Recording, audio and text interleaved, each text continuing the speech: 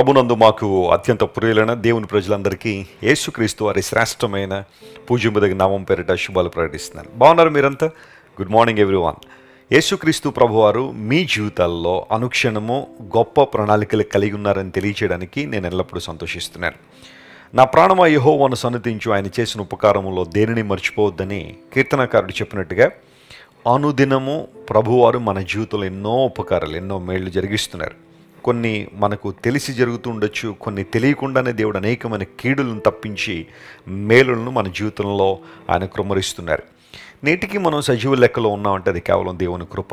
ప్రకృతి వైపరీత్యాల వలన, విపత్కర పరిస్థితుల వలన చాలామంది తమ జీవితాలను పోగొట్టుకున్నారు.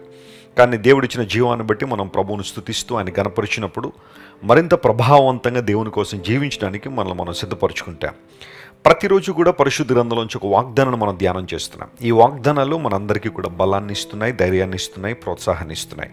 ఈరోజు వాగ్దానం కోసం కనిపెడుతున్నారు కదా, పరిశుద్ధ గ్రంథం తెరిచి ద్వితీయోపదేశకాండము 32వ అధ్యాయము 47వ వచనాన్ని మనం చదువుకుందాం. డ్యూటెరానమీ చాప్టర్ 32 and verse 47. ఇది మీకు నిరర్ధకమైన మాట కాదు, ఇది మీకు జీవమే, మరియు మీరు స్వాధీనపరుచుకొనుటకు యోర్దానును దాటబోవుచున్న దేశములో దీనిని బట్టి మీరు దీర్ఘాయుష్మంతులగుదురు. ప్రతి ఒక్కరికి ఒక ఆశ, ఎక్కువ కాలం బ్రతకాలని, జీవించాలని. మరణ పడకల మీద ఉన్న చాలామంది ఇంకా కొంతకాలం మేము బ్రతికితే చాలు, ఇంకా కొంతకాలం మేము జీవించాలనే ఆశ చాలామందిలో ఉంటుంది. దీర్ఘాయుష్మంతులు అవ్వాలని ఎంతోమంది ఎన్నో ప్రయత్నాలు చేస్తున్నారు. ఎన్నో రకాలైన కార్యక్రమాలు చేపట్టే వాళ్ళు కూడా ప్రపంచంలో కనబడుతున్నారు. అయితే మోషే మరియు యెహోషువలు దేవుని మాటలు ఆ తరమంతటికి తెలియచేసిన తర్వాత వారు చెబుతున్న మాట ఏంటంటే, దేవుడు మీకు చెప్పిన మాటలను, మీకు ఇచ్చిన ఆజ్ఞలు మీరు జాగ్రత్తగా పాటిస్తే దేవుని జీవాన్ని మీరు పొందుకుంటారు. ఇప్పటి వరకు ఏవైతే మాటలు మీకు చెప్పామో లేదా ఏవైతే ప్రకటించామో అవన్నీ నిరర్ధకమైన మాటలు కాదు, అవి మీకు జీవాన్ని ఇస్తాయి అనే మాట ఈ వచనంలో మనం చూస్తున్నాం. ప్రభునందు ప్రియ దేవుని బిడ్డలారా, జాగ్రత్త వినండి. మనిషికి జీవం ఎక్కడి నుండి వస్తుంది? మానవుడు ఎలా బ్రతుకగలడు? మనిషి రొట్టె వలన మాత్రం కాదు, కానీ దేవుని నోట నుండి వచ్చే మాట వలన జీవిస్తారని లేఖన భాగం స్పష్టీకరిస్తుంది. చాలామంది అంటూ ఉంటారు, మన శక్తి కదండి, మన బలం కదండి, మన ఉద్యోగం కదండి, మన ప్రభావం కదండి మనం బ్రతకడానికి ఉపయోగపడుతుందని. అయితే భూమి తన పంటను ఇవ్వకపోతే, దేవుడు భూమికి ఆజ్ఞ ఇవ్వకపోతే మానవుడు ఎలా బ్రతుకుతాడు? ఆయన మాట వలన మనిషి జీవిస్తాడు. అది శారీరకంగా కావచ్చు, ఆత్మీయంగా కావచ్చు. ఏ రూపంలోనైనా జీవాన్ని పొందుకోవాలంటే దేవుని మాట ద్వారా మాత్రమే సాధ్యము. దేవుడు మనతో మాట్లాడుతున్నాడు. ఈ కారణాన్ని బట్టి మనం ప్రభువుని స్తుతించాలి. ఆయన మాట మనకు జీవాన్ని ఇచ్చేది. మన శ్రమల్లో, మన విపత్కర పరిస్థితుల్లో, కష్ట సమయాల్లో అనేకమైన నిందల అవమానాలు మన మీద దుమ్మిగా పడుతున్నప్పుడు, ఇరుగు పొరుగు వారు, ఇంట్లోని వారు, దూరంగా ఉన్నవారు కావచ్చు, స్నేహితులు కావచ్చు, తప్పుగా మాట్లాడుతున్నారని తెలిసినప్పుడు కృంగిపోవడం సహజమే. అటువంటి పరిస్థితుల్లో కూడా మనకు నెమ్మదినిచ్చేది, ధైర్యాన్ని ఇచ్చేది, గొప్ప ఆదరణ ఇచ్చేది దేవుని వాక్యం. ఈ వాక్యము నిరర్ధకమైంది కాదు. బైబిల్లో రాయబడిన ఏ మాట కూడా నిరర్ధకం కాదు. ప్రతి మాట దేవుని మాట కనుక, పరిశుద్ధాత్మ ప్రేరేపణ ద్వారా మాటలన్నీ రాయబడ్డాయి కనుక ఈ మాటలు మనకి జీవాన్ని, సారవంతమైన అనుభవాల్లో మనం ఎదగడానికి కావాల్సిన పరిస్థితులను అనుకూలపరుస్తుంటుంది. యెషయా గ్రంథంలో కూడా మాట ఉంటుంది, మనందరికీ తెలిసిన మాట 55:11. నా నోట నుండి వచ్చే వచనము నిష్ఫలంగా అది నా దగ్గర తిరిగి రాదు, నాకు అనుకూలమైన దానిని మాట నెరవేరుస్తుంది అని దేవుడు చెప్పిన మాటను యెషయా గ్రంథంలో మనం చూస్తాం.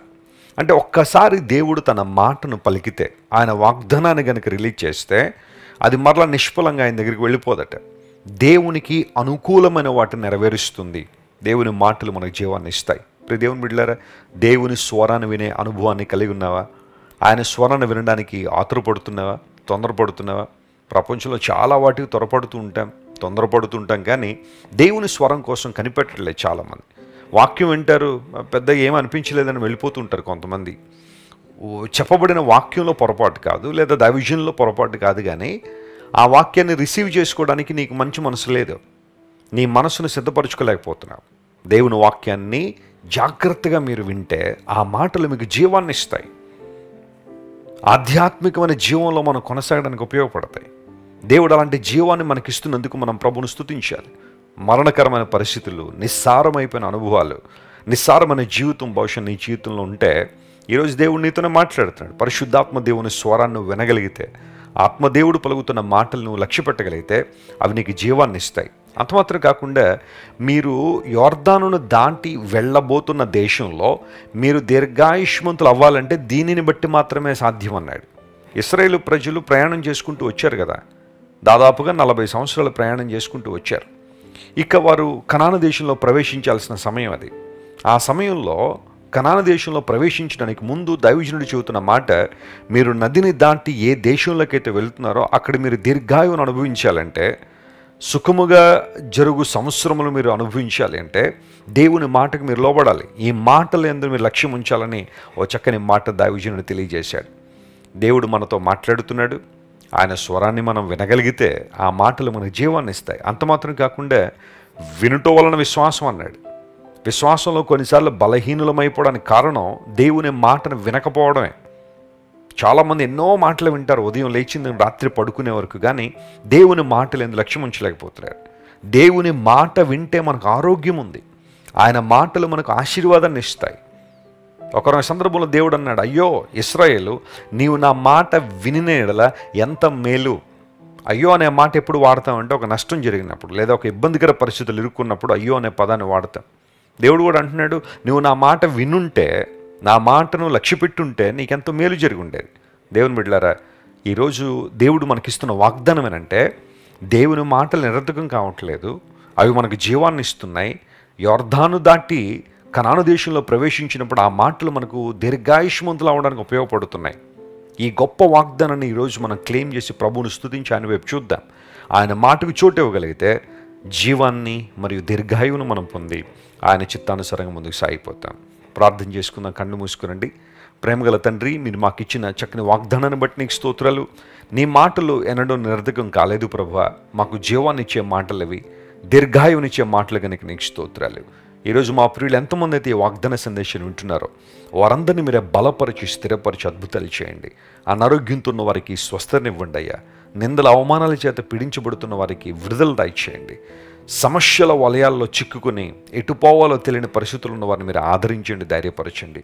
ప్రకృతి వైపరీత్యాల వలన ఇబ్బందులు పడుతున్న వారిని మీరే కాపాడి రక్షించమని కోరుతున్నాను. ఘనతయు మహిమయు స్తోత్రము ప్రభావము నీకు మాత్రమే కలుగునుగాకని ప్రకటిస్తూ యేసయ్య నామం పేరట అడిగి వేడుకొనిచున్నాము తండ్రి. Amen, amen. God bless you dear friends. Have a wonderful day. Christ worship centre ఓ బలమైన సంఘ ఉద్యమం. కొన్ని సంవత్సరాల క్రితం కేవలం 2 ప్రారంభించబడిన పరిచర్య నేడు ప్రపంచవ్యాప్తంగా లక్షలాది మందిని ప్రభావితం చేయుచున్నది.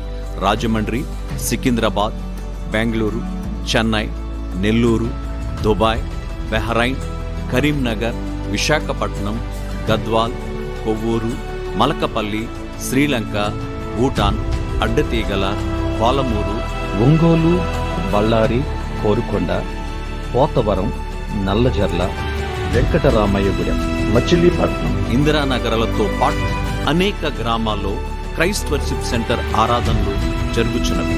వాక్య సంబంధమైన ఉద్యమంలో పరిశుద్ధాత్మ సంరక్షణలో కొనసాగాలనుకునే ప్రతి ఒక్కరికి మా ప్రేమపూర్వక ఆహ్వానాన్ని అందిస్తున్నాము. రండి, ఆత్మతో సత్యముతో ప్రభువైన యేసుక్రీస్తును ఆరాధిద్దాం. మీరు ఇంతవరకు విన్న దైవ సందేశం మరియు దేవుని సేవకులు చేసిన ప్రార్థన మీకు ఆశీర్వాదకరముగా ఉన్నదని విశ్వసించుచున్నాము.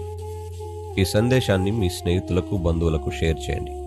మీకు ఏదైనా ప్రార్థన అవసరత ఉన్నచో మా ఫోన్ నంబర్లకు కాల్ చేయండి.